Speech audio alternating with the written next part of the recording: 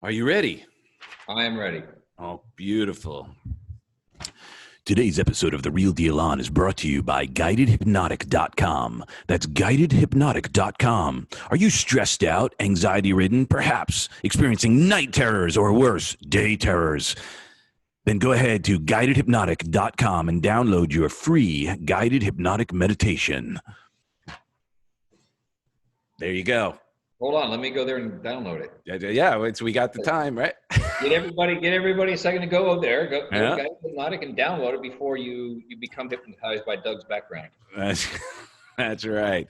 All right. So we have an amazing opportunity right now to learn more from a dear friend and, other than conscious mentor, just being blessed to be friends and able to hang with you.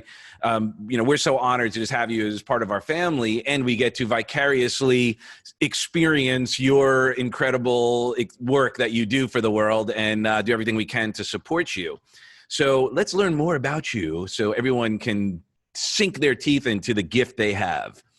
Meet Frank McKinney, a true modern-day Renaissance man, real estate artist, 6 times international bestselling author in 5 genres, Philanthro-Capitalist, Ultramarathoner, actor, and aspirational speaker who sees opportunities and creates markets where none existed before.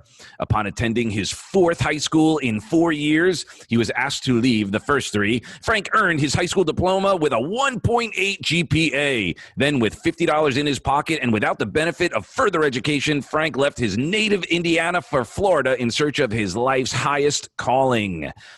Now, you probably know Frank because his real estate market prowess is unheard of. He has built spec homes built without a buyer, valued in the tens of millions of dollars, shattering price records with each new project. And Frank started with a $50,000 fixer-upper and climbed all the way up to a $50 million oceanfront mansion on spec. Now, he's that background, as you can see, if you're watching this, you are from 3492 South Ocean Avenue, which is amazing. We'll share. In that, your biggest project is the Caring House project, and where you have built, 27 self-sustaining villages in Haiti. Oh, my gosh. That's huge. So, dude, thank you so much for sharing your most valuable asset, your time. And we really are blessed to have this opportunity. So welcome to The Real Deal On, for the second time, actually, by the way. The first time we were coming to your audience from another project that I had done down the street in Ocean Ridge, the very first micro mansion, which I sold, went to school on first, learned about what the market had to say about building a beautiful mansion, but only on a smaller scale. And the result is what you see over my shoulder, which is 3492 South Ocean, that we recently finished, a $14 million direct oceanfront house. And having been there in various stages, it is amazing. I've seen the beginnings, like even the house before the teardown, and then what it is today is beyond amazing. One of the most beautiful properties. We've done over 40 direct oceanfront houses in the 28 years that we've been building on the ocean, and we build them on speculation, by the way. So I don't have a buyer in mind when I start these. I have no partner. It's really me, the bank, the IRS, and my wife. But this really is the most beautiful, not the biggest, not the most expensive. But in a minute, I'll spin the camera around to show you. I keep looking out there because the ocean is literally right there through these big, huge picture windows. Matter of fact, let me just do it right now. Is it raining by you? It's pouring right here by me. Oh, no. Look at this. Oh, I don't know, the sun may wash this out, but. Wow. Yep. How's that? I'd slum it there. Did the sun burn out the image? Nope. Or you get No, it looked great. Okay. So that's where I decided to come to you today, because this is my final masterpiece. After building all of these houses on speculation, I get to either go into my garage and hop on my unicorn or my Yugo and ride off into the sunset, or sunrise in this case, when this thing sells. Right on. So share, I think, a little background. I know you shared the in the first episode, and your story is incredible. And I think there's some telling experiences, if we unpack it as we go, some of the consistent decisions and actions you've taken to take you where you are, and then where you started, $50 in your pocket and nowhere to really live or anything, and starting from scratch. Yeah, there's really nothing extraordinary about having only $50 in your pocket at 18. I mean, most 18-year-olds don't have much more than that. But they It's really, usually stay home. yeah, they stay home for a while. It's really what I chose to do, you know, not with the $50, but taking out, and I'm going to use a couple props today. Let's imagine my mouse is an eraser, and I kind of turned around to the chalkboard of life and erased a very troubled past. I was in juvenile detention centers, center on 7 different occasions before I turned 18. As you mentioned in the introduction, Doug, I went to 4 high schools in 4 years. So with that kind of GPA, I couldn't pursue any kind of education. But with that eraser and turning around and erasing that checkered past and getting on a plane and coming to Florida with a one-way plane ticket, basically everything I could carry in a duffel bag, I wanted to make something in my life. I really didn't know what it was at 18. I had no idea, but I knew what it wasn't. And it wasn't the self-destructive tendencies and patterns, cycles that I kept having recur as a teenager. So if there's a time to make the mistakes and have these self-destructive patterns, it was then. And when I landed, I swore off all unhealthy vices and temptations. Anything that would take away from what I was now as a post-mortem, as I look back, was the pursuit of that professional highest calling. Mm-hmm. And you come from Indiana to Florida. I mean, you come from basically a little farm in Indiana to Florida. You're around affluence. You're around lifestyles of the rich and famous. You're around, you know, MTV Cribs. And it's just, it was such a culture shock that I wanted, as a young man, being very consumeristic and materialistic, I wanted a piece of it. But how? You know, no network, no friends, no money, no connections, no education. And I just started to associate myself or try to be around affluence. How'd you pick Florida? Well, this is a very little known fact. Before I moved to Florida, I went to California. I was going to be an actor, and then I figured, well, I want to be a stuntman. And there was a stunt school in California called Kim Kahana's Stunt School. I don't know if it's still around. And I wanted to come to Florida to earn enough money to go to that stunt school. And when I landed here, I loved it. I mean, I didn't have any plans of staying for now 30 plus years. I don't know how long, 30, almost 40 years. And so it was warm. I mean, in Indiana, I left on January 11th. I got on a plane and it was like 2 below zero, and I landed and it was balmy. And you just fell in love. And where was Delray or that area where you land, like West Palm, Fort Lauderdale, when you landed? How did you end up where you're at now? I had a job in Deerfield at Deer Creek Country Club as a maintenance worker on the golf course. I actually had it set up before I came. Okay. It wasn't too tough to get a maintenance job. But I will tell you, being on that golf course, I was around affluence, Doug. I was around people who play golf all day. Then I got transferred over to the tennis courts as a maintenance worker. I'm around the same people that are playing golf or they're playing tennis in the afternoon, and they just never seem to work. So I went and I became a certified teaching professional, tennis teacher. I was a tennis instructor, tennis pro, certified, had a license that said I could teach tennis. And that is where, on that tennis court, as my own boss, as my own business owner, I started my own business. I left that country club and I started my own tennis instruction business. And I was going to very affluent communities that were just being built in South Florida in the mid to late 80s. And I earned my PhD in entrepreneurship and my master's in real estate on that tennis court, teaching wealthy people how to hit a better forehand or a backhand. But they taught me that really, Frank, real estate was where to go. Real estate was the path. Real estate was the path that they chose that really allowed them to live in like places like the Sanctuary, the Sea Ranch Club. These are very, multi-million-dollar communities. And Doug, I was making, as a tennis instructor at 21, I was making over 100 grand a year. And I bought a Ferrari. It was a used Ferrari. It was a piece of crap. It was all rusty, but it looked good. It was like the Magnum PI Ferrari. And I was on my way. Like I really listened during those hour-long tennis lessons that I would be paid for. I would tire the person out after 45 minutes and they'd have to sit down. And that's where I learned and earned my PhD in entrepreneurship over a 2-year span. Questions were you asking, and how did you learn how to ask the right questions in order to be able to apply it? One thing you'll learn throughout the whole interview today, I am a simpleton. I am a very linear thinker. So if somebody was taking a tennis lesson from me and could afford $50 an hour, drove up to the tennis lesson in a Ferrari or Mercedes, closed the door behind him of this $4 million house and had a yacht out back. If it was a man, they had a beautiful wife. If it was a woman, they had a handsome husband. They had the kids. They had everything. They had what I wanted. So the simple question was, how'd you get here? You know, how are you able to live in this house and drive this car and have that yacht and have that wife and that husband?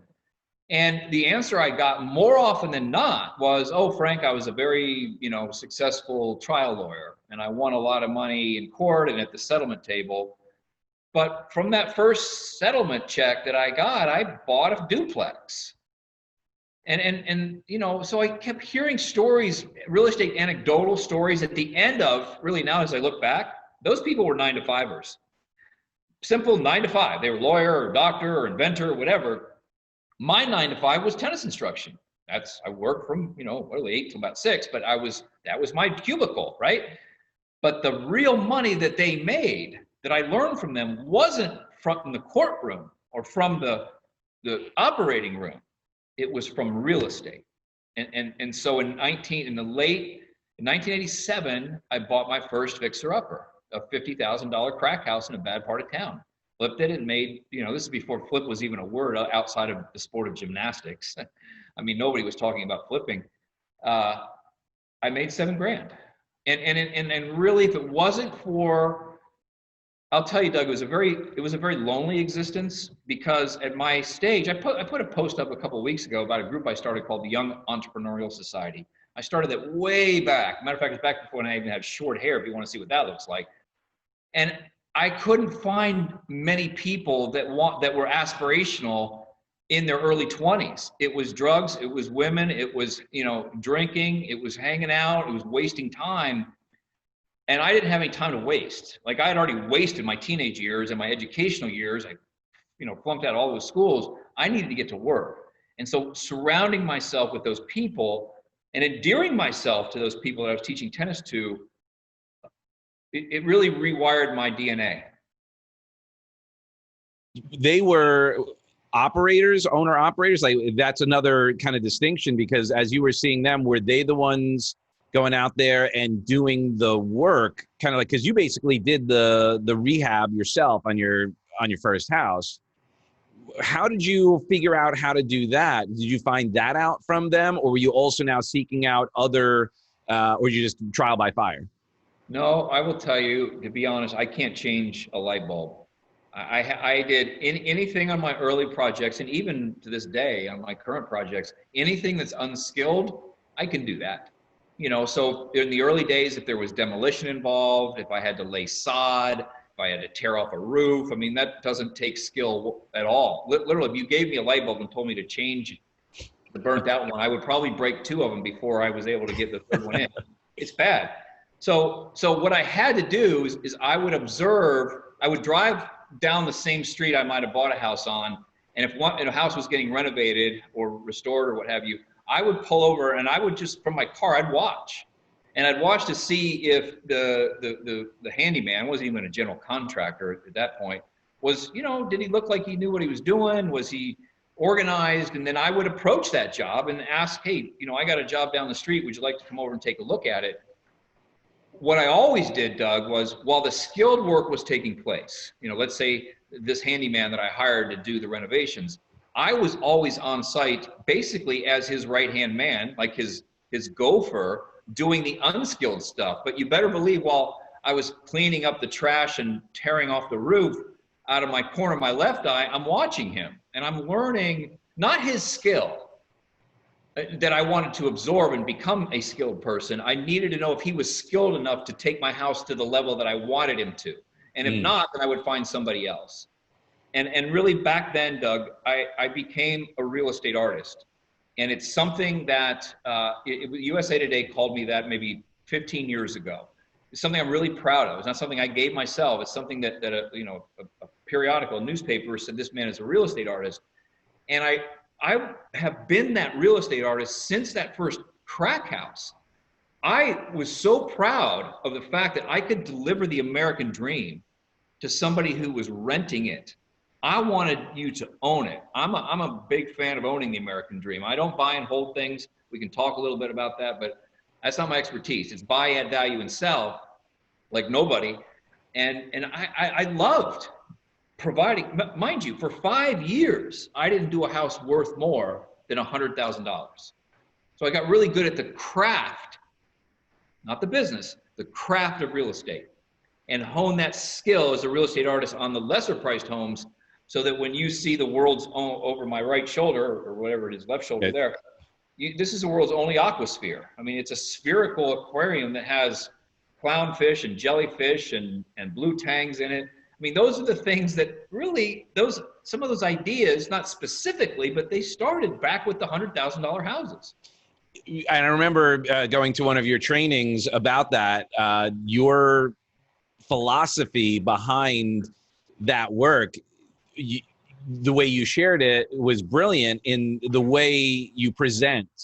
And you can do that on a smaller budget. You don't have to, like where you're at now, obviously you can provide that level of creativity.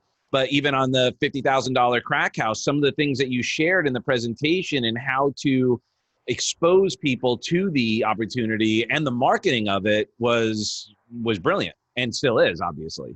You know, yeah, and I don't want to make this a whole real estate show, but of course, if you get into the mindset, the reason I implore people to take an artist approach to their business, not just the business of real estate, but whatever business you're in, if you can dumb it down enough to realize that if you were an artist and you go to, and you are actually, you sing and you play an instrument. Mm-hmm. So if I was a painter, if I go into the art supply store, am I going to buy the cheapest palette to put my paint on? And am I going to look for the watered down paint to save $1 a gallon or $1 a bottle?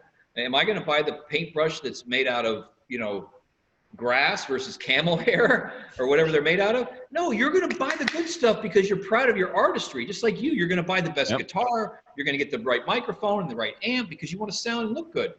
That's why do people bifurcate that when it comes to their business? I don't understand, especially the real estate business. Most investors cut freaking corners.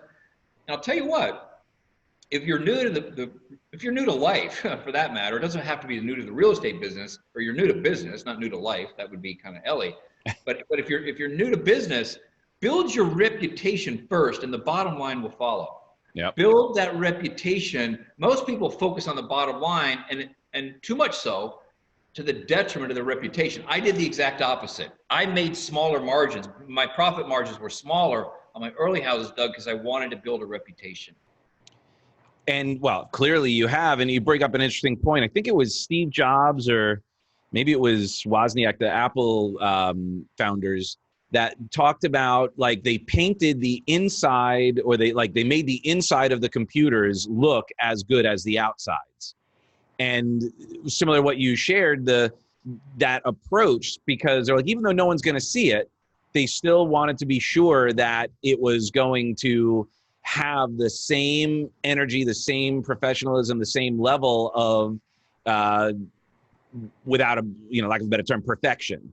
Like some people, painting the other side of the fence that no one's going to see. You know what, though? Here's the thing. You'd be surprised at what people see. And even right. Jobs and Wozniak to paint the inside of the computer, somebody's going to take that thing apart. Right. Somebody's going to look in there and somebody's going to say, oh my God, they cheaped out, and that'll get blasted to the press. I can't tell you how many sales I have made at the high-end level, because the psychology of the ultra-wealthy buyers, we could spend a whole show on the psychology of the ultra-wealthy buyer. It's fascinating. I've studied it for 28 years. But oftentimes in one of my houses, my air conditioning and mechanical closets are so detailed. These are places that very few, I didn't say nobody, very few people open the door. But I have had men who look in my air conditioning closet, where it's got its own air conditioning system. It's got trim. It's got marble floor. All the wires are tied perfectly together. and have them come to me and say, well, if you got that right, I know you got the rest of the house right. Sit themselves on the couch, wait till the wife gets done. If the wife likes it, Frank, we're buying it. Based upon what they saw in my mechanical room. Yep. Well, how you do anything's how you do everything. Yep. And that's something lost. It's lost on the artistry of business. And that's a macro statement. Not everybody loses it. Some apply it, but those who do apply it enjoy a stellar reputation and a pretty fat bottom line. Absolutely. Well, a lot of the work that I do if I'm working with companies is exactly that. The investment in their most valuable asset, their staff, their people, their human capital. And they become the raving fans for that. So the customers know that, like Disney is a great example. Like people go to Disney and they go, man, the staff, they're drinking the Kool-Aid. But that's part of the experience. You know, when you get there that you can trust an amazing experience because of the quality of experience at every level, that even doesn't matter who's working there, they're all adding value to the experience. Little things. Really, taking care of your employees, people that work for you it's a whole other level, the way that large companies do that. I mean, my daughter's entering the workforce now, and some of the perks, she hasn't got her job yet, but some of the perks that she's gone places and interviewed for, you and I mean, you could only imagine, like the free buffet, the free, child care, the game rooms, all the things like that. But that is designed to breed loyalty and happiness while they're on the job. And, I try to create a Disney environment for the people that work for me. I really do. And I want them to, I drive very hard. I'm not easy to work for. If there's anything, well, there's a lot of things I could improve. But that's one thing that I've worked on for years, is not burning people out, because I'm a firm believer that you can always better your previous best.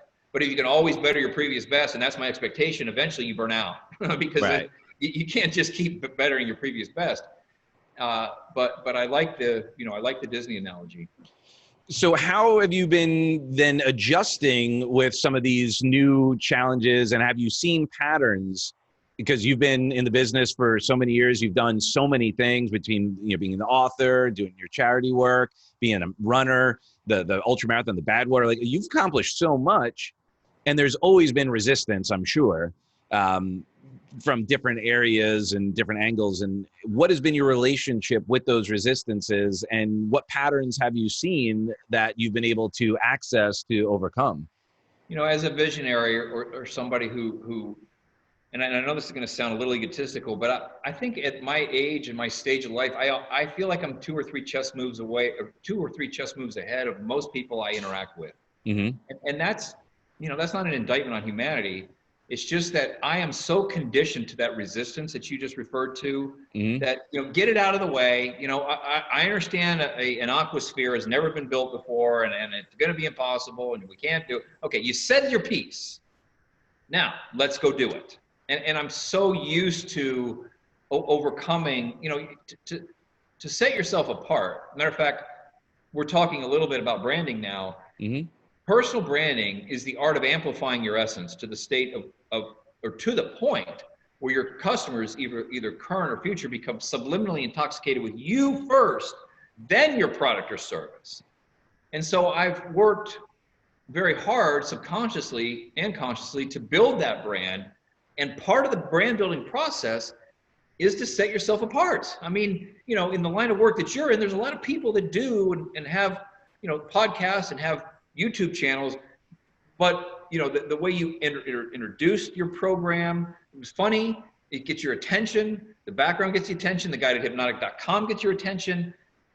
We're in a competitive world, especially I'm in the real estate business. It's kind of boring if you think about it. But being a real estate artist and building and creating on a sun-drenched canvas known as the Atlantic Ocean, there's nothing boring about that. So I just think you got to condition yourself to accept the resistance, not resist the resistance. Right. That's why I work from a treehouse. People laugh at me not today, I'm not there, but I work from a treehouse. I don't want to be I have nobody around me. You've been up there, mm-hmm. That I can feed or feel anything negative. I implore your viewers to create their own reality. And right now, that has never been harder or since more I've been important alive to create your, because every entity is vying for your attention to create your reality for you. And I'm not going to let it happen. You know, I mean, the media is a whole other thing. They're conditioned. It's advocacy journalism. They advocate for one thing, or there's no journalism anymore. It's advocacy journalism. Yep. And that's all perhaps subconsciously, subliminally designed to create your own reality for you. Resist that. Do not allow another person or another entity, be it the media, to create your own reality. And Doug, I know that's kind of a rant, but that has allowed me to create this kind of reality for a family, one family. It's all it takes is one family to come in here and pay me $14 million for this beautiful home. It's really, it's a little lonely because there's a fine line between eccentricity and lunacy, right? I mean, it's true. Which side do you live on mostly? Well, the difference between the eccentric and the lunatic is the eccentric has the money. The lunatic doesn't have the money. They're both the same person. Yeah. But you know, it allows, like when I unveil one of my properties, you've been to a couple of our unveilings. Mm-hmm. They're very theatrical. They're very bombastic. They're very showy. But I will tell you, on the outside, if you know me really well, Heidi knows me really well. There's very few people that know me as well as you guys do. On the outside, to the world, I'm 80% flash, 20% substance. But in reality, I'm 80% substance and 20% flash. If you don't have the substance to back up your flash, you won't be around for 30 years like I have building these houses. It's easy to generate flash and be the greatest showman on earth, or whatever the name of that movie was, which was a great movie. But I don't want to be a flash in the pan variety of success. So how did you develop that mindset? Like when you were building your, let's start with your tennis thing. Did you already have that flash, that marketing sort of mindset, and when did that start to become like the level greatest showman on earth, the level at which you took that marketing? Well, you know, you've heard me say this before, and I'll try to keep it short, you know, for your benefit, but a lot of your viewers haven't heard my take on motivation, inspiration, and aspiration. Mm-hmm. So motivation washes off and goes down the drain with a soap at night. Yep. If you and I motivated somebody today, we failed. You failed with your program, and I failed as your guest. Because we can't stay motivated to stay on a diet, to stay on an exercise program, to stay with some business philosophy. As human beings, you, the viewer, were not meant to stay motivated. It will wash off your body and go down the drain with a soap at night.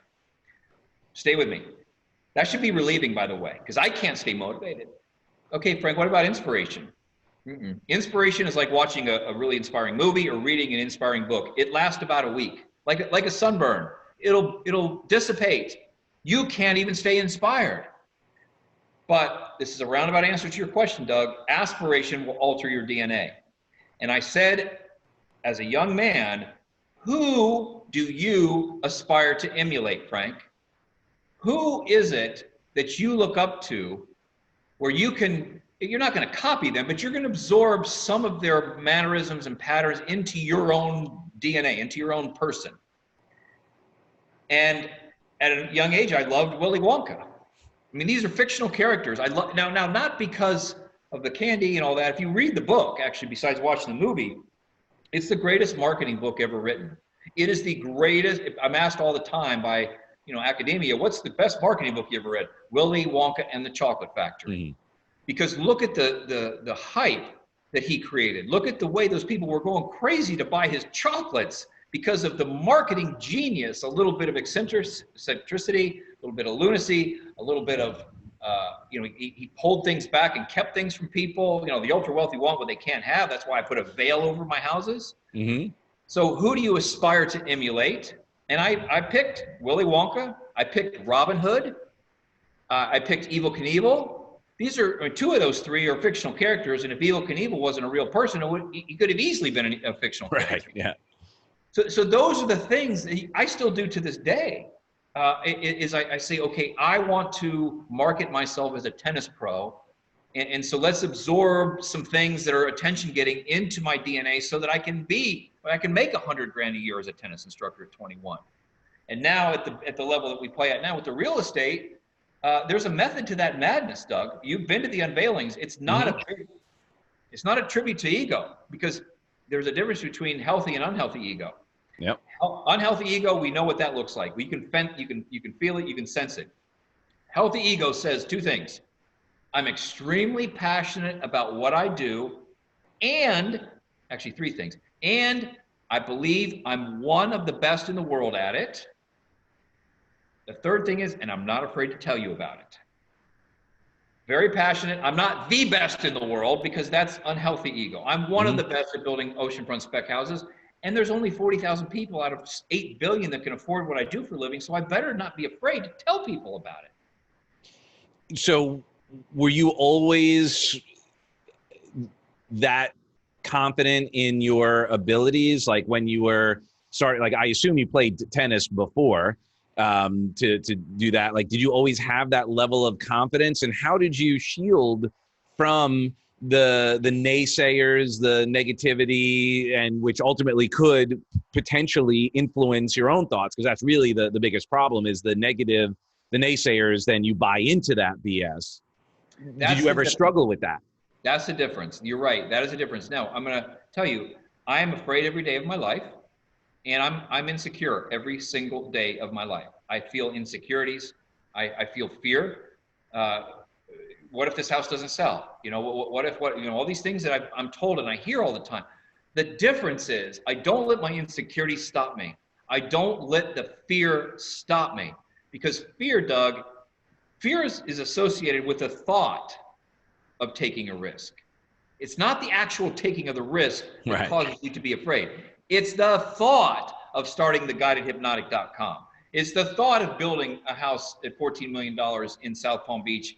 Basically, South Palm Beach has 4 houses in the whole town. It's not Palm Beach, and it's not Manalapan. It's South Palm Beach. It's the thought of, oh my God, I may be building a white elephant here. But it's like getting on let's go back to Disney, getting on a roller coaster and having that big metal bar clunk down on top of you, and then start clickety-clacketing up that first hill slowly with everybody else. Your heart's pounding. I mean, your blood pressure's up. You're terrified because of the thought of what's about to happen. When it happens, and you take the plunge in business, or you take the plunge on the roller coaster, what's the fear replaced by? Excitement. Yep. Joy. And when we get to the end of the ride, we get to the back of the line, we do it again. Yeah, get back on. Get back on. So please, don't assume that I'm not afraid or have insecurities. I have both, but I don't let them stop me. So how do you not let them stop you? So how does it show up for you when that fear comes in? Is it a conversation? Is it an image? And then how do you move past it? What is your experience with getting represented to your confidence, your abilities, your There's skills? 2 things that I do. I do 2 things when fear hits me. I realize that thought that I'm having is almost always associated with a big change or a big challenge in my life. It could be dietary, it could be relational, it could be financial, it could be spiritual, but it's the thought of making that big change or meeting a big challenge that results in that fear. But then I go back and say, wait, Frank, okay, so you're thinking about this big change or big challenge that results in the sensation of fear. What would you rather do? Would you rather regret not taking that big change or challenge, or would you rather regret taking the big change or challenge? Because let's face it, if I'm sitting in my rocking chair at 80 years old, we're going to have regrets. It's just a fact of life. I'd rather regret what I did. And so I look in the mirror and I say, okay, now I do research. And of course I've not taken every risk that I've thought about, Doug. There's plenty I've walked away from. But I look in the mirror and I say, all right, so you're feeling that sensation of fear because you're thinking about taking a risk, and that risk is associated with a big change. The design of this house, the location, a big challenge, running 135 miles across the Death Valley Desert in July. And I say, you know what? Don't say yes more than no to these things. It's that simple. Say yes more than no. And eventually I will build enough confidence to take the risk. It doesn't eliminate the fear. People look for that magic pill to eliminate fear in their life, or eliminate insecurities. That's why God gave us the sensation. You are not going to eliminate it. And you're not even going to manage it. You're going to confront it. You're going to embrace it. And you're going to say, okay, I know I'm feeling afraid because there's a big change or challenge out there. And I'm going to say yes to this one. Awesome. So when those are risks that that are intentional, that you're going to take, when things that are out of our control, like as an example, we're here in dealing with COVID and all of that, how did you navigate and mitigate those okay, now that's something that's outside of all of our control. How did you have an experience with that? Because you're still pushing through, you're still, making stuff happen. It's another level of resistance. Yeah, but I'll tell you, with something like COVID, and it's a kind of a weird example because, there's nothing else like it that has happened in my life. Well, that's why, yes, I think it's a valuable thing because nobody's had that. It's because people, so it's easy for you to say, Frank, you took those risks. But what about, I couldn't change the fact that this happened? Those are the times that you get in your little inner tube and you float down the river with it. I don't try to paddle against it. Matter of fact, I wrote a post about, if you Google how fast right now we're sitting on this planet, and it's actually spinning on its axis at over 1,000 miles an hour. I mean, it doesn't feel like it. Yeah. Why don't we fall off? We'd be flying out into the middle of nowhere. But I realized, well, when the globe stopped spinning, which it did, it stopped dead 3 months ago, and for about 3 months, I stopped with it, and I chose to get inside old journals of mine that I had written years ago and read about behavioral patterns that I was exhibiting in old. I rarely go back and read my own old journals, but I did it. I read one that I kept for a year. I read every page and went back for a year, and I said, wow, you've mastered some of those thought processes, but others you're still thinking that way. You're still making those mistakes. So I used it as a time for introspection, because from 1,000 miles an hour to zero, sitting on that raft and saying, okay, or the inner tube and floating down the river with it, there was no real estate showings. Obviously there was no live events to speak at. I was supposed to be in Europe at this time doing a mega tour over there. All that got canceled. I don't resist that at all. That's futile. I mean, It's one thing to have inner battles about risk that you can control, but I'd rather just sit on the raft or the inner tube, float down the river with the COVID, strategize, try to become a better human being during those 3 months with my family and with my daughter, and then come out of it. And Doug, we've had more showings of this house between May 1st and June 15th than I had from January 1 to May 1st. Wow. And maybe it has to do with some of the strategies we came up with during COVID. Maybe it was just luck. Mm-hmm. Beautiful. And because I ask, because sometimes, especially guys like you make it look so easy because of how hard you've worked. People don't understand, they forget, right? Like they go, oh, easy for you because you're in that situation that you've created. But when it's something that we can all relate to because we've all been hit in a certain way, it's interesting to learn how people handled it, because some freaked out, right? Some people got mad at the fact that it was happening and got, their relationship with the meaning they were giving the situation. So I was just bringing it up as just to hear from someone who has had huge resistance that you put yourself into and how you were able to apply it, what wisdom you've had in an experience that you didn't put yourself in. When you're going to run Badwater, you're going to say, I'm going to write, these books, or I'm going to take these risks. You're consciously putting yourself in there. Yeah.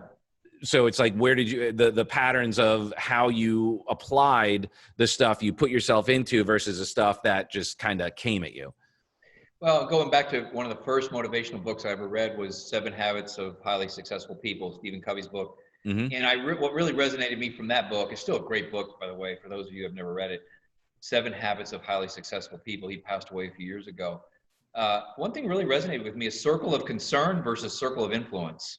Mm. I can be concerned about some things like COVID, like you know, the civil unrest, but there's only certain things that I can influence, and if I can't influence it, then I don't resist it. I don't fight it. I might be shocked by COVID. Of course, we were all shocked by it, and I might be dismayed by what I see going on the streets of America, and that is something actually I can influence. I can do something about the civil unrest, and I'm learning about that more through my daughter, who is a different generation, and how she sees things versus how at my age how I see things. And it's like, okay, well then there is a way for me to learn, and to maybe shift a little bit from circle of concern. I'm concerned about that, but I don't know if I can do anything about it, to I can influence something. The clash comes, or the resistance that you referred to, Doug, comes from not knowing where to draw the line between influence and concern. Right. And when you do have been given the ability to succeed at a lot of things, or many things that you put your mind to, that circle of influence is a little bit bigger than reality. I think I can influence more than I can, and that's where the anxiety comes in, the self-doubt comes in, and really that circle isn't this big. It's a little bit smaller than that. That's where you got to just be a little bit more humble and use humility. And how interesting, you know, when you bring up, you know, your daughter and her perspective of what's happened. What have you learned from her about all of this? Like, because obviously she's got a whole different model of the world in many respects, but you also, a lot of you and Nilsa's influence. What did you notice about, and did you learn anything? What distinctions, or like, I'm sure it's a fascinating feedback. Yeah, it is, because the racism is less prevalent at age 21 than it is in your 50s, because of what we were around with our parents, you know. And it's funny because not that, and I dare not, you know, piss anybody off, but I got to tell you, for most of my younger adult life, Doug, I had very long hair, and I dressed, you know, kind of like a druggie. And I can't tell you how many times I was accused of being, you know, a hippie, a freak, a druggie, a this. And even in business, you know, I still, you know, I get accused of that. And while it's not the same as being discriminated against because of the color of my skin, I still I felt it on a much smaller scale, what it was like for my entire life. So, you know, and I mean, for 15 years, we've been over in Haiti. The population in Haiti, they're Haitian, but they're black Haitian. There's very few white Haitians. I kind of didn't know how deep-seated the oppression was until I talked to my daughter, until I really heard it from her perspective, how she saw people my age, and her generation see people my age. That oppression, you know, kind of has come from the white man. And it kind of woke me up. I'm like, oh, well, if there's anything that I can be doing, and there is things I can be doing, you know, I really, every Friday I give time, like I do some coaching. I don't do a lot of it. I don't have time for it. But I do it for the benefit of Caring House. Every Friday, I try to make time for somebody that's under 25 who's trying to make it, because I get requests all the time. And those people can't afford to donate to the Caring House. And I'm making sure that even on that smaller scale, that I'm including all races. You know, that I'm making sure that when somebody that's black that's asking me to help them, not preferential treatment, but that I'm more cognizant of that person might need what I've got to give a little bit more than the white 25-year-old who already has an advantage. Cool. And so how do people find you to do that? Where is that, like, because that may be also a position some people may take, is access. So how are you making yourself available so that there is a more inclusive opportunity? I don't wait. If I were to make myself available, I'd never have any time. It's people, right. People seek me. They've read the books. Okay. Like yesterday, I did a Zoom interview with an 18-year-old kid from Sweden. Awesome. You know, it just, and I really, really enjoy talking to that generation, and especially those who still believe in free enterprise and capitalism, because I'm a capitalist. Yep. And I believe in free enterprise. I'm a philanthro-capitalist, but I believe in capitalism. And I'm not there to talk politics with them, but here's just this young guy who has his own little podcast, just like you, but he's got a different demographic, different country altogether. And I really try to encourage people like that. Because imagine, Doug, you and me coming up at 18 to 20 years old now. I couldn't even. I mean, you got Ellie. You got. How old is she now? 5. 5. I mean, what's her world going to look like? It's really going to look like how you frame it for her. And you've done a fantastic job. You really have. I don't think there's going to be any concerns with Ellie. She's very confident. She's very, self-assured. And I don't want to go off on the tangent, but I think that the country's in really good hands when I get done talking to these 25-year-old and younger people from all races. That's encouraging because there's a lot going on that I think is confusing to everyone. And we definitely need to have leadership opportunities for people to have conversations that are, that are going to be healing and making a difference, because there's a lot of pain out there. And I'm encouraged to, because I don't have a lot of exposure like, with Laura and all that. I don't have 20-year-old friends really anymore. Right. Well, I hope not. It'd be kind of weird. No, I will tell you this though, Doug. There's a lot of pain, right? There's a lot of hurt out there. Where do you go? Where does one typically go when they're younger to have that pain taken away?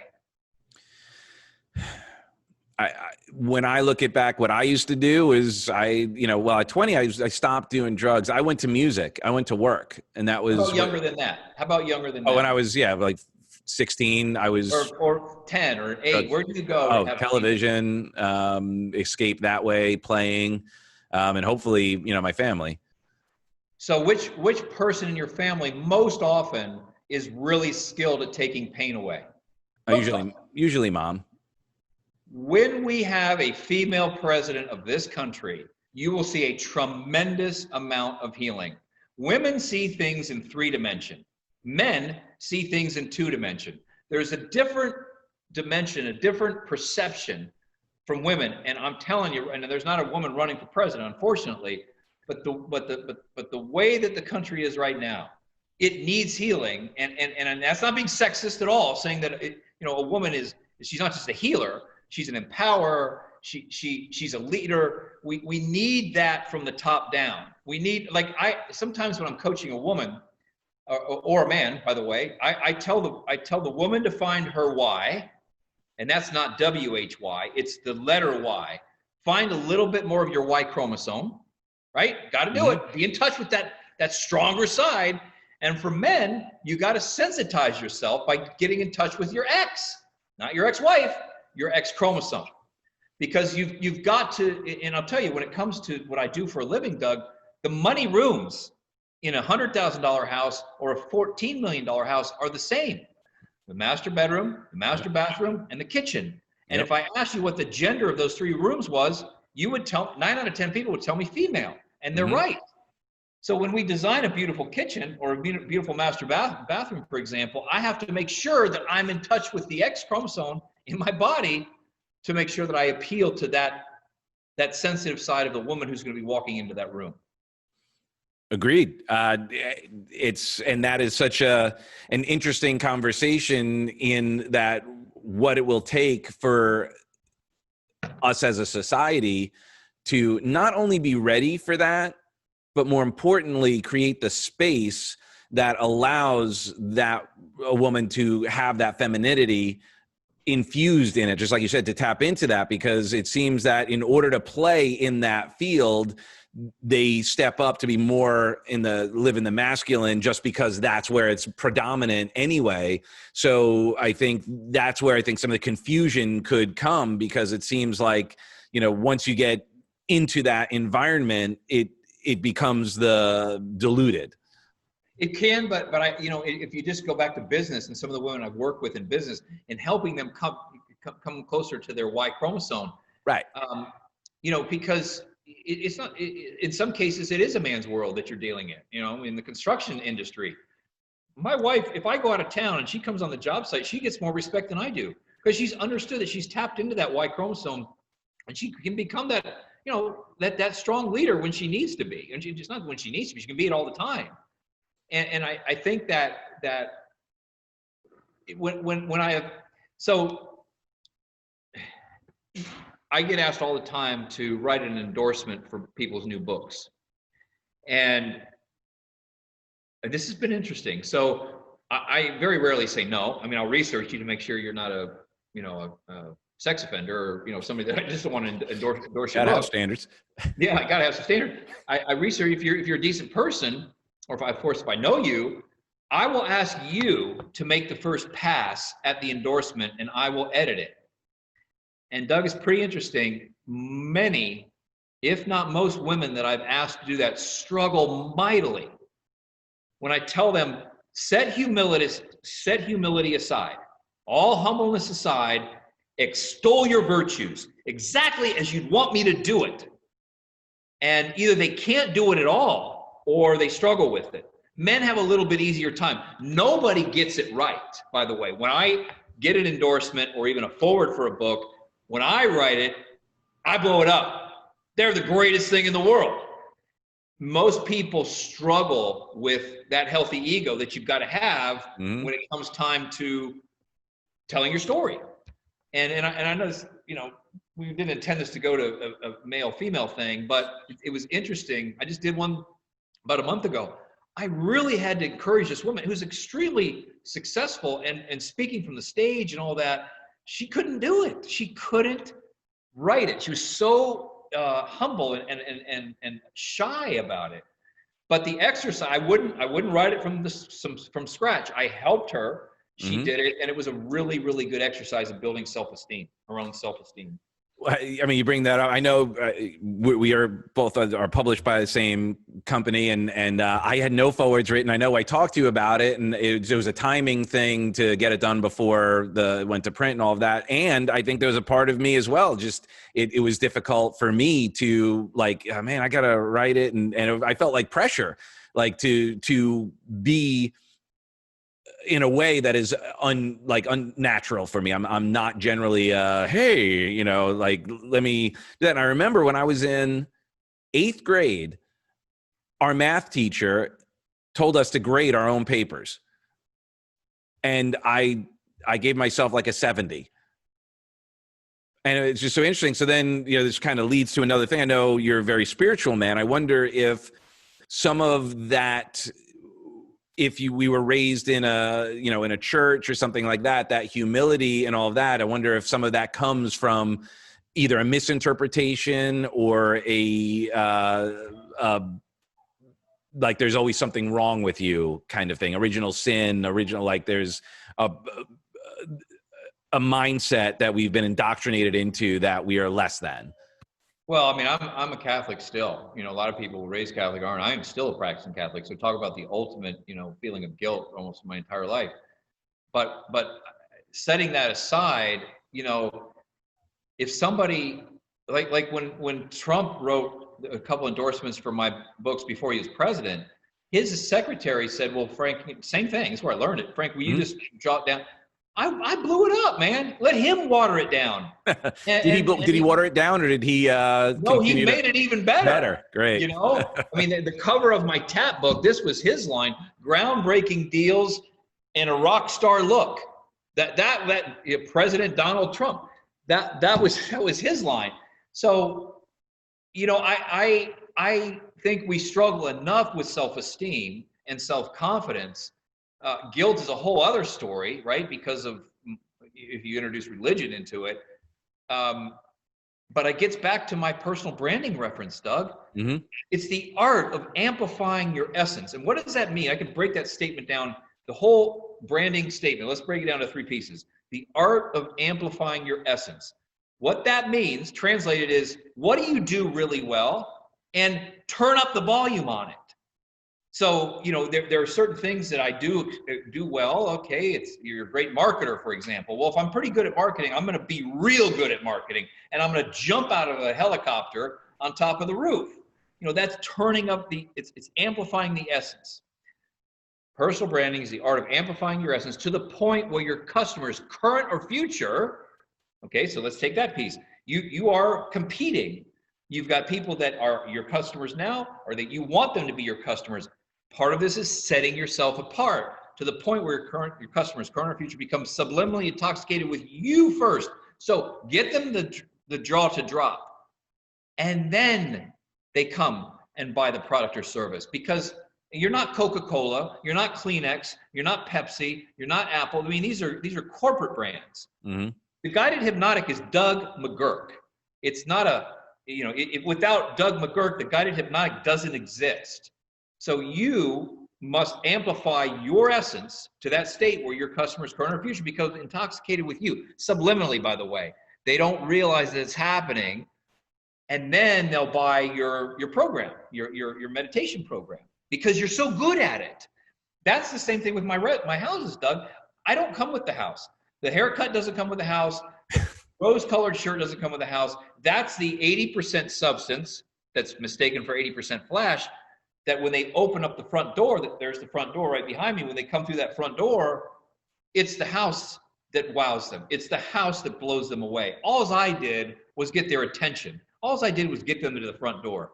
And if the house isn't beautiful, then all of the jumping out of helicopters in the world won't sell it. Right. And so then you shared this is your last.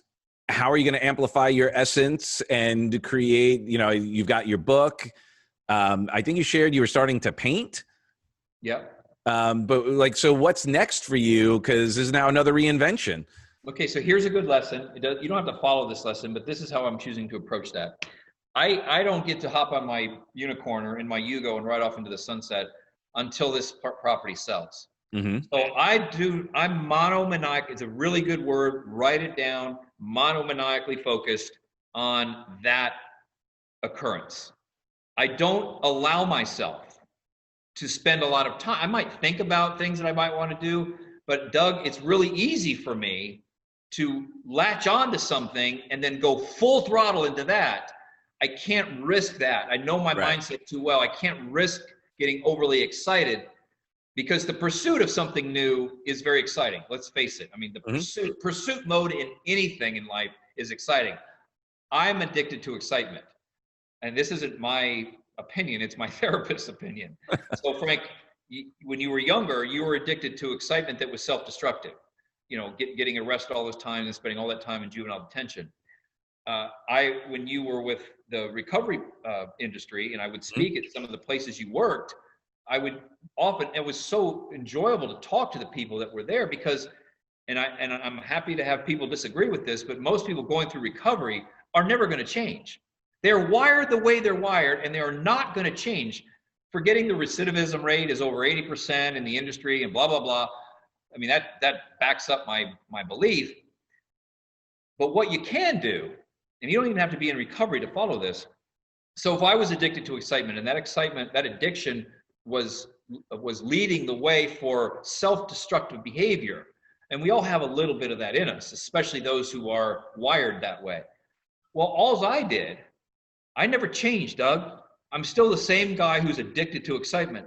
I just redirected it from destructive to constructive. Mm-hmm. So, and you're way more of an expert than I am in recovery, but those people, I think they have a gift. I think the way the brain is wired to be excited by the chemical inducement of drugs or alcohol, that isn't going to change. That's just the way they're wired.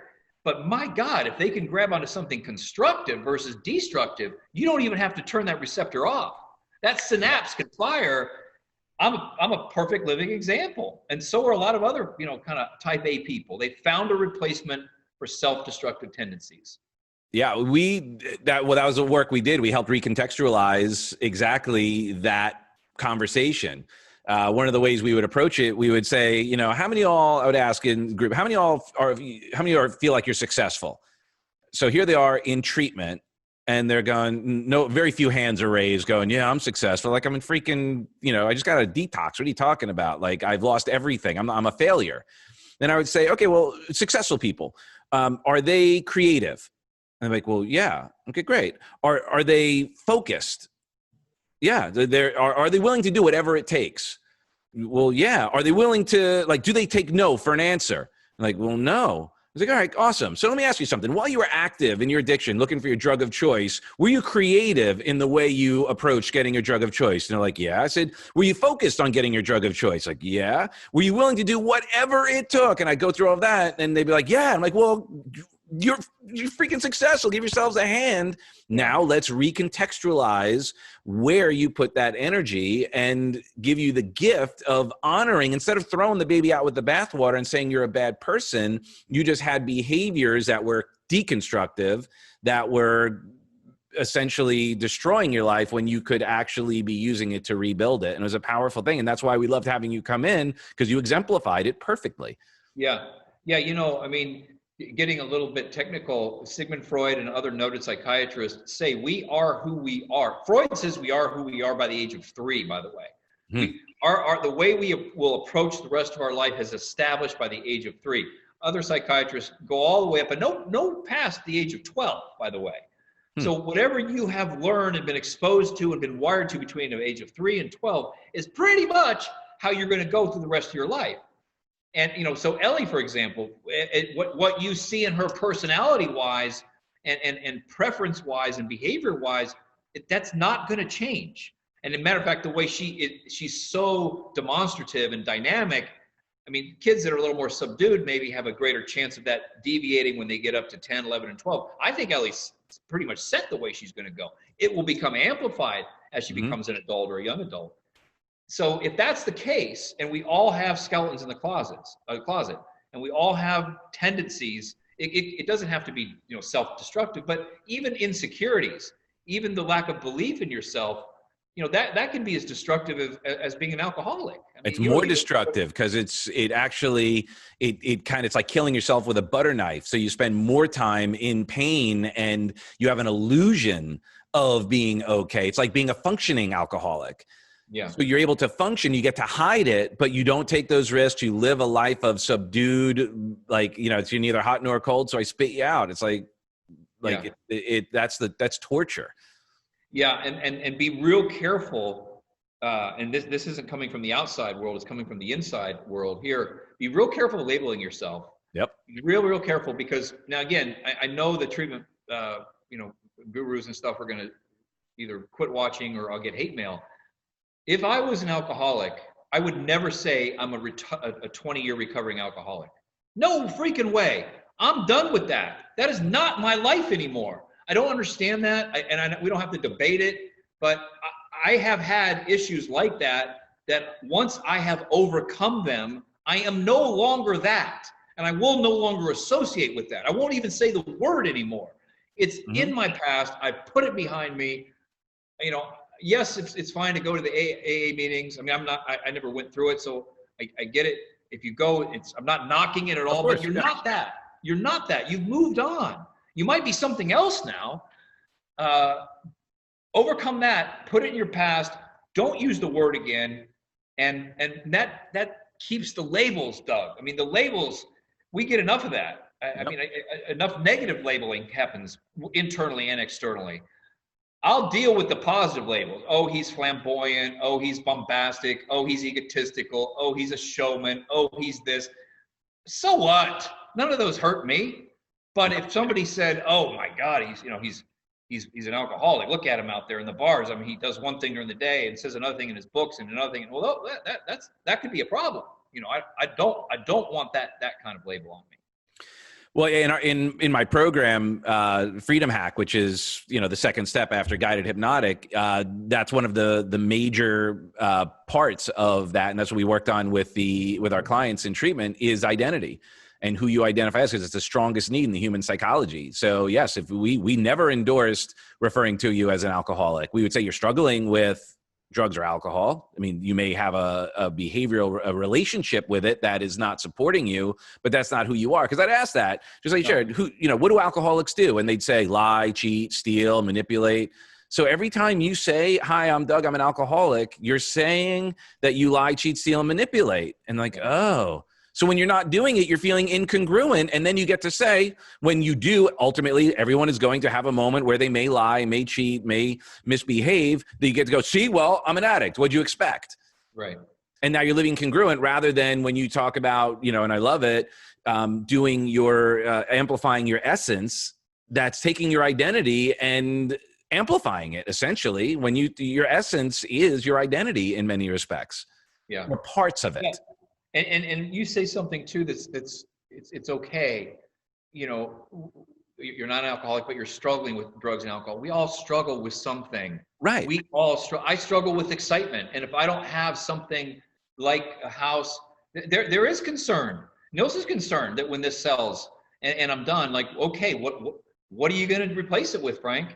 I mean, and I have to be cognizant of that. I need excitement, and if, you know, even at my age, I've asked my therapist, like, okay, shouldn't that, like, let's say this is the main line, shouldn't that need for excitement, instead of like a bam main line, shouldn't it just be a little drip like you're in the doctor's office? Shouldn't it slow down? Because it hasn't slowed down for me yet. And she says, Frank, I'm sorry, probably for you it won't until you die. So I have to be cognizant if I'm struggling with the need for excitement or replacement for that, what is that going to look like? And those kind of things, Doug, I allow myself to think about. I don't think about the specific endeavor yet. Right. But being cognizant of whatever I'm struggling with is something that happens on a daily basis. Well, and I think you're very clear about it. And that's, you know, the first step is, you know thyself, right? You know, you appreciate, right? And then you can love yourself, which allows you to then be free to be yourself, to allow your essence, to allow and to have it come out in the art that you do, right? It is your properties. I mean, this property is definitely a reflection of who you are as a person. Yeah, it is. And it's a fine line in business where, you know, I want to be an artist. But I don't want to be a struggling artist. And right. So some artists are starving artists, I should say. Right, yeah. Starving's worse. Some artists are so proud of the artistry that they don't care that they can't make any money. That's foolish. You're right. That's suicidal. I have to tone down, and I have learned my lesson on some of the houses I've done in the past where the right brain, being the creative side, got a little carried away. And it left the left brain, the business side, you know, the calculating side, in the dust. It didn't consult the left brain. And I, you know, while we're on right brain, left brain, there's one quick thing I want to tell folks who associate with one or the other. This is a revelation that came to me over the last few years. You are told and or taught from a very young age that, and let's use your 5-year-old daughter as an example. On the outside, it may be perceived as though she has a very strong right brain. She's very creative. She's ingenious. She uses her imagination. So that's going to be the way we push her.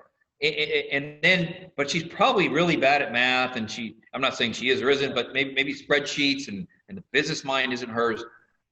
My grandfather was a banker, my father was a banker, and I was supposed to follow the lineage as a banker. So when I came to Florida and I started in business, Doug, I didn't have a creative bone in my body because I was conditioned and taught that I had the analytic mind, that I had the spreadsheet mind, that I had the business mind. And I realized on my own, wait a minute, I want my right brain engaged. And so it took me, I'm almost going to say it took me a decade. It took me a long time to re-engage and awaken my right brain to the point where maybe 5 or 6 years ago, a few of the houses were too creative. You know, people thought this is a beautiful museum, but I wouldn't want to live here. Okay, well, we got to toggle back to the left side of the brain. Now I get really sad, not sad, but I'm disheartened when somebody says, oh, my partner does the creative stuff. I'm the business mind. My partner does the books. I do the creativity. I do the books. She's the most creative. You've just talked your right brain out of a job. Right. You are not right brain or left brain dominant. You've been taught you are, but you're not. Reawaken the side like an artist. I've met so many artists that are great at what they do, but they don't make any money because they haven't engaged the left brain. How does one do that? Very, very simply, and it took me, well, not very simply, actually, it's not easy. It took me a decade to realize, okay, I'm going to go to museums. I'm going to go to Italy. I'm going to go to the south of France. I'm going to study the architecture of the influence that would have been taking place here in South Florida, where Addison Meisner was influenced, not Meisner's work, but where he was influenced. Mm-hmm. And I read books on that subject. I read books on creativity and on ingenuity. And I realized in business today, it's creativity and ingenuity that's rewarded. It really is. So I said, oh my God, I have to compete in this world of building spec homes, I have to be ingenious. I have to be creative. I have to implement the world's only aquasphere. And there's a few touches like that in every single one of my houses.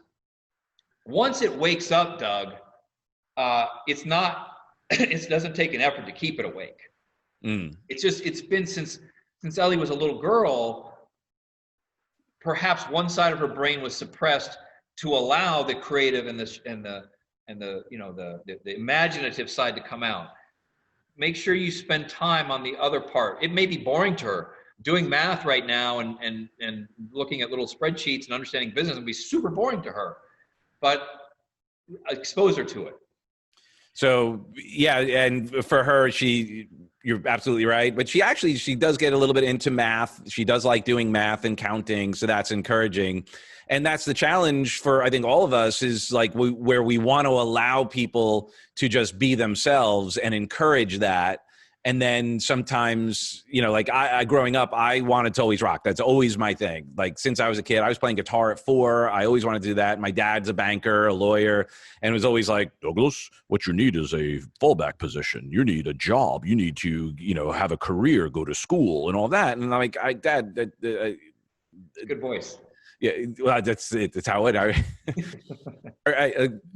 shared this. I got to find the video. I was 14. We were in this. We didn't like growing up. We were cultured. We didn't go to like Disney, or I went to Disney the first time I was like 24. But we were at the Smithsonian, and I had one of those little umbrellas. I think I was 13 or 14. I had those. Remember those glasses that had the leather on the sides and the hooks around the ears? I'm wearing those at braces. And I took the umbrella, and it was wrapped still, but it shot it forward, and we were having an old video camera, and I go into there and I shot the thing at the camera at my dad, and he stands there. He goes, Douglas, I'm patiently awaiting the day that you grow up, and that was the influence, and I didn't have the ability to just be self-expressed was very often shot down.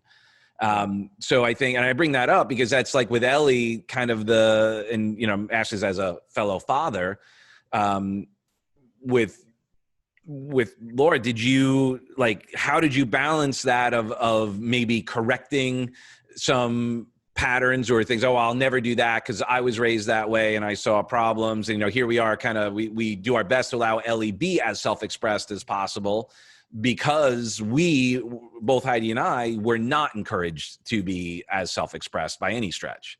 Mm-hmm. Well, you do a good job of that. That's for sure. Because her future is extremely bright and probably in some kind of, performing arts. There's no doubt. Very likely. One simple exercise I did with Laura is, and this is more about life than just being right brain, left brain, was we travel a lot. We used to travel a lot more to especially Haiti and, speaking of engagements, having an only child, just like you have an only child, I took her everywhere. Mm-hmm. And in the airports, Doug, Nilsa really didn't like this part, but I made sure that, you have those moving sidewalks, go the opposite direction of each other. And I made her, sometimes I had to bribe her, but I made her get on the opposite side of the moving sidewalk and go against the flow. I made her go on the opposite side where people were saying, little girls don't do this. You're going to get hurt. You're going in the wrong direction. You need to go with everybody else and do what they're doing. That's life. And I knew that to set yourself apart and do the whole branding thing we talked about, she was going to have to get used to going against the grain. And being told all of these things that all these big adults, by the way, she's terrified because they're all, way bigger than her. How old was she? I started that at 4 years old. And you still make her do it? Right when she could walk. And she did it until she was 16. Now, early on, I say, you get to the other end, we'll get a candy bar, we'll get a little, stuffed toy. But you've got to endure, because there is a reward when you endure society, when you endure ridicule, when you endure being told you're not doing the right thing, you're going the wrong direction. Little girls don't do this. Ellie would probably have no problem doing it. And she'd do it on her own. Yeah, she would. Most kids didn't. And over time, I saw, and again, not that we did it 100 times. We might have done it 20 times in our life or 25 times. Look at the result. I mean, my daughter was president, president of Penn State University, 46,000 kids. She was the head honcho. President. And before that, she was vice president. She was class president, freshman, sophomore, junior, senior year of her high school class. So you're endorsing her for president of the United States. I am. Remember I just said a woman should be president? I know, yeah. And McKinney 2036, and it's a female McKinney. It's not a male McKinney. It's Laura McKinney 2036. Although she hates politics, she's more of an ambassador than a politician. There's a big difference. And right now you got to have thick skin, and she's very sensitive. So I don't know if politics is in her, in her future. But back to that exercise.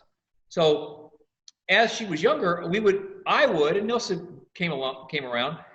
I said yes more than no. So she put a chair, like if she took this chair and she put it up against the wall to turn on the light fixture, or the natural reaction as a parent is don't do that. Don't stand on the chair. You're going to hurt yourself.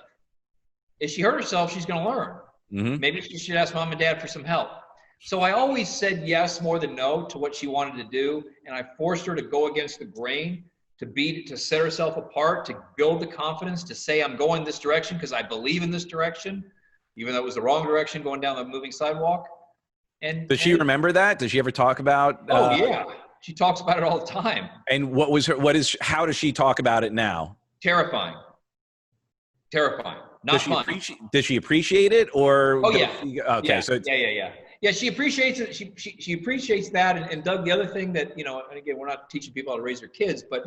Well, it's how you do anything is how you do everything. So I find this really fascinating and telling as to how much you believe in what you're doing and who you are. And I think it's very valuable. Young people today, and again, Ellie's 15 years younger than Laura. There's a tremendous amount of social pressure in general, internal pressure. One thing we never did is put pressure on her for grades. If she brought home a C, it meant, C, I'm smart. That's what I told her. And she's in tears and she's beating herself up. Honey, look, C, I'm smart.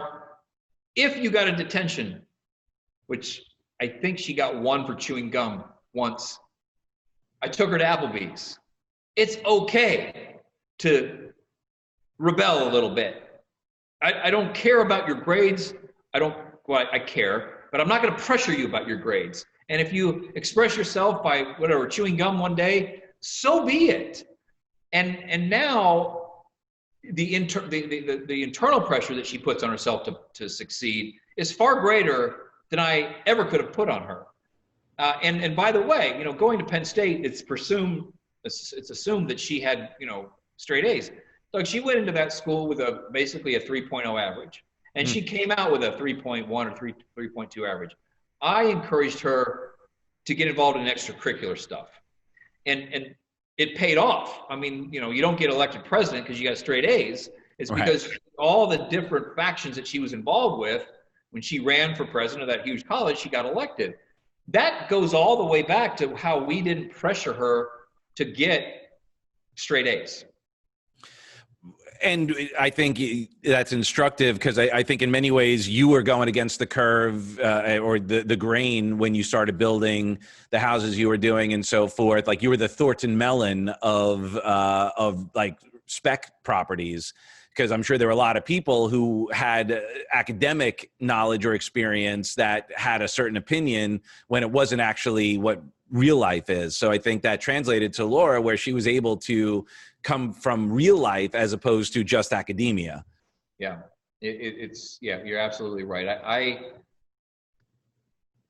I never wanted, you know, because I didn't go to school, Doug, or I didn't go to college, I made it a point after high school for her, you have to tell daddy, why are you going to college?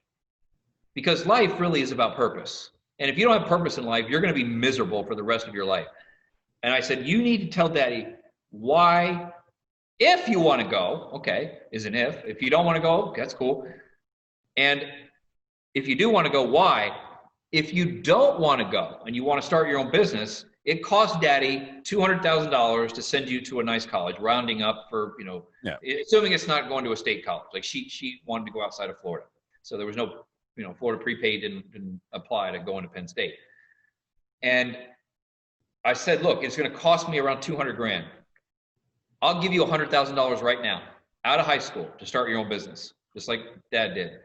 But that's it. You're done. You've saved daddy 100,000. I don't have to pay the full 200. You'll take the 100, you'll start a business. I offered that to her. And if you don't take that, you got to tell dad why you're going. You can change the reason why later, but I don't want to hear I'm going to find myself.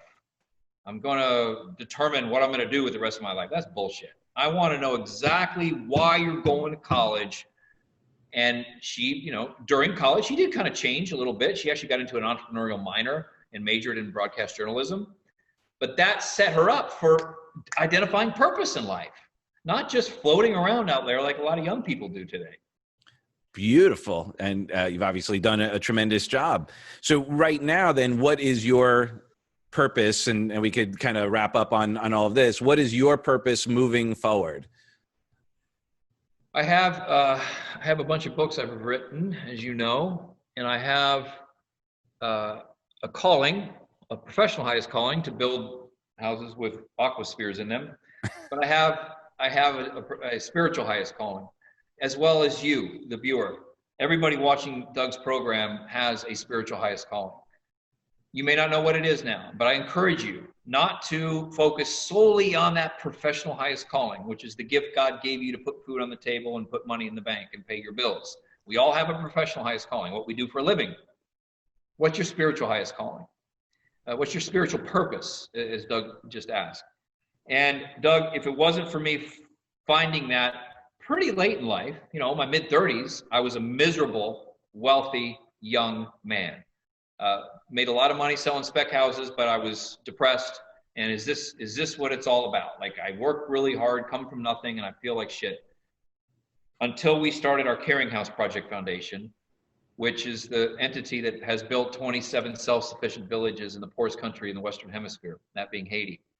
And so I'm able to put together my professional highest calling, what I do for a living. I build building houses that people don't really even, you know, they don't need to put a roof over the head. They already have 4 houses. But we sell those, and so we can go over to Haiti and build a bunch of little houses for people who are living in mud shacks covered with palm fronds for a roof, and, you know, rodents, basically rodents the size of this bottle, you know, like the size of a cat, gnawing on the children's fingers and toes as they sleep, running across the floor.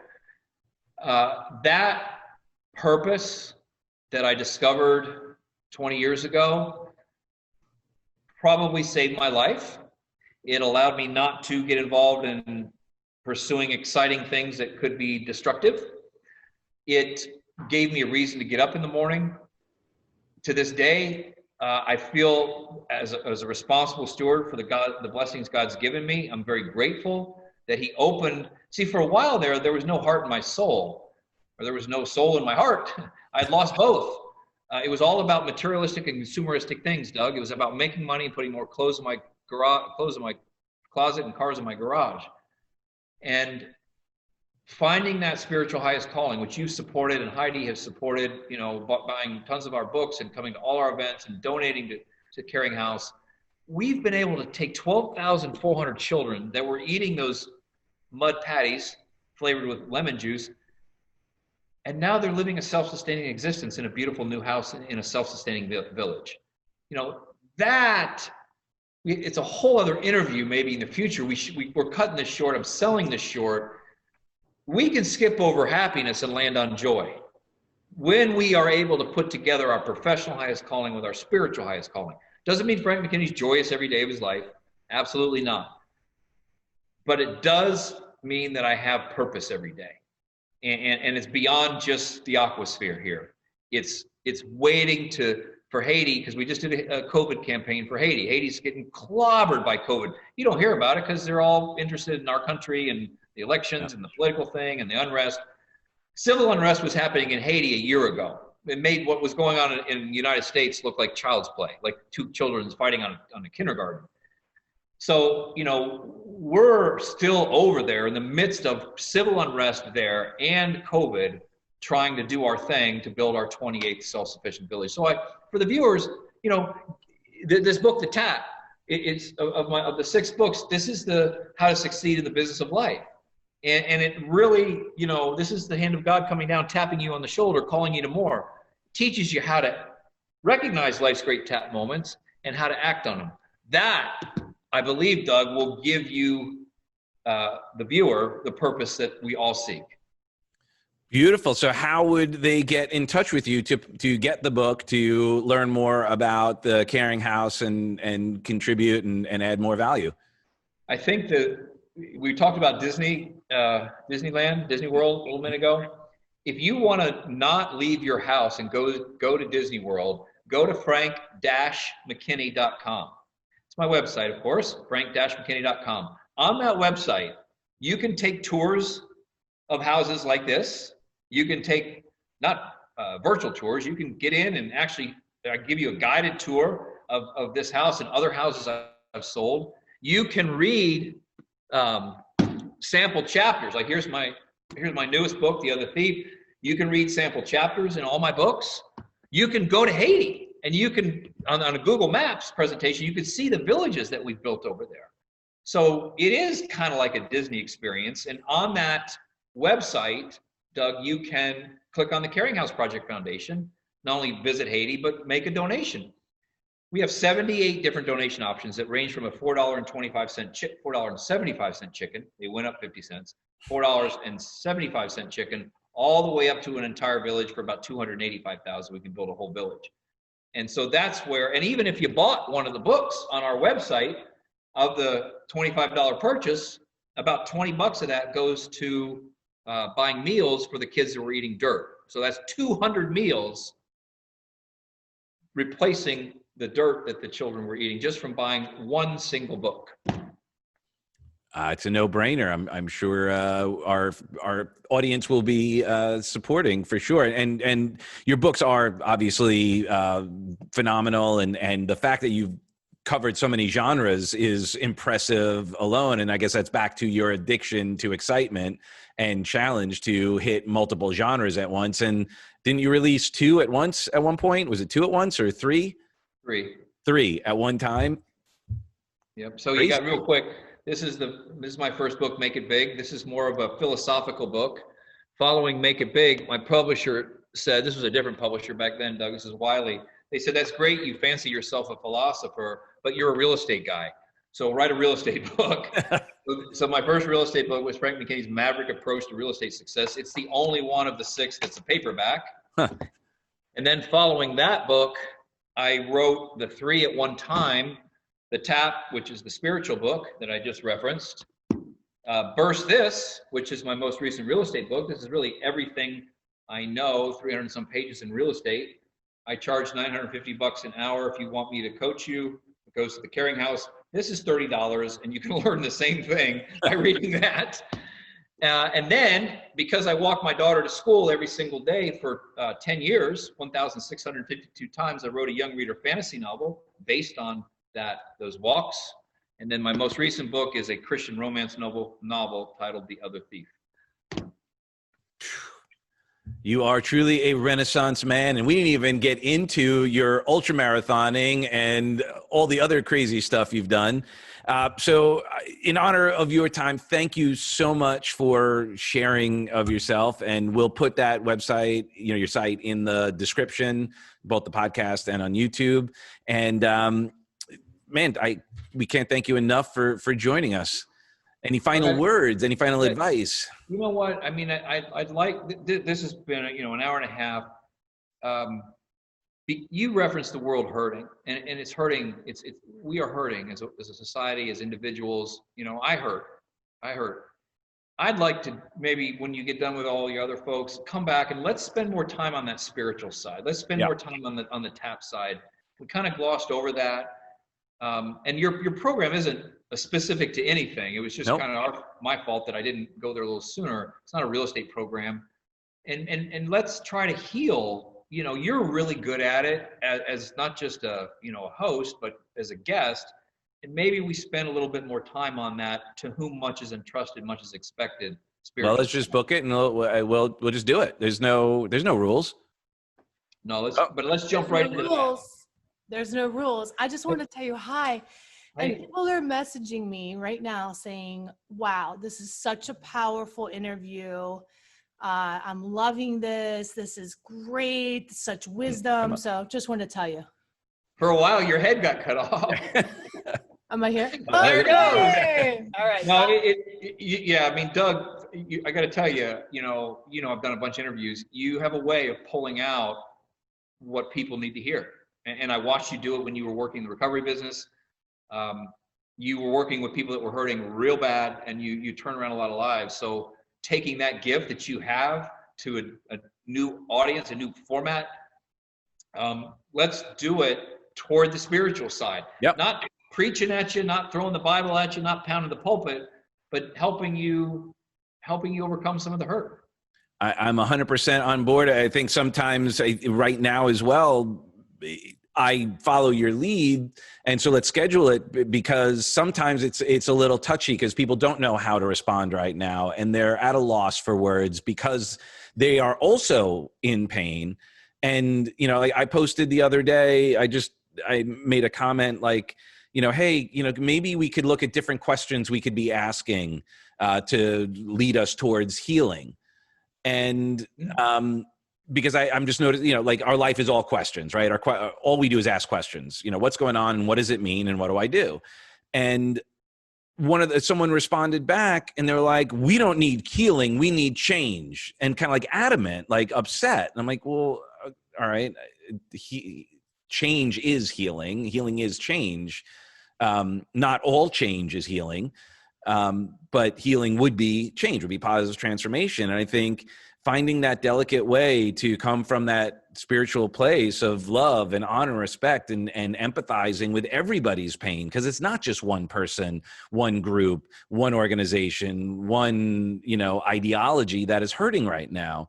And the challenge I see is that we're focused more on process rather than purpose. Yeah, let's do it. We'll do it next time. We'll jump right into it. Okay, perfect. We'll send you the link. We'll have a new one. And so people be staying tuned to come up, and we'll make a little more fanfare as to when we'll be doing that, so they could tune in live and then download it when we're done. Good deal. All right. Bye, everybody. I love you for who you are and who you aren't. Thank you, buddy. Thank you, brother. Thanks. See you.